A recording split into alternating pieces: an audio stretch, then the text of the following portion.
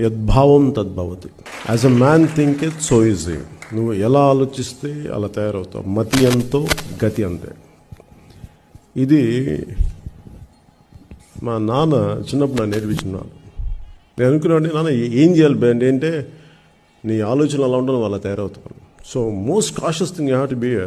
ఎందుకు ఇదే చెప్తాను అందరికీ అంటే, guard your thoughts, then that will guide you, that will become. If you don't guard అంటే మన ఆలోచనలు లేవో అవే మనకి హ్యాబిట్స్ అవుతాయి, అవే మన యాక్షన్స్ అవుతాయి. That becomes our destiny. అందువల్ల you have to carefully choose your thoughts. నేను ఎలాంటి ఆలోచనలు ఉన్నాయి, నాకు సరిగ్గా ఉన్నాయా లేదా, ఈ మంచి ఆలోచన నీకు ఒక suppose if you are aware of your thoughts, you can see where your heading.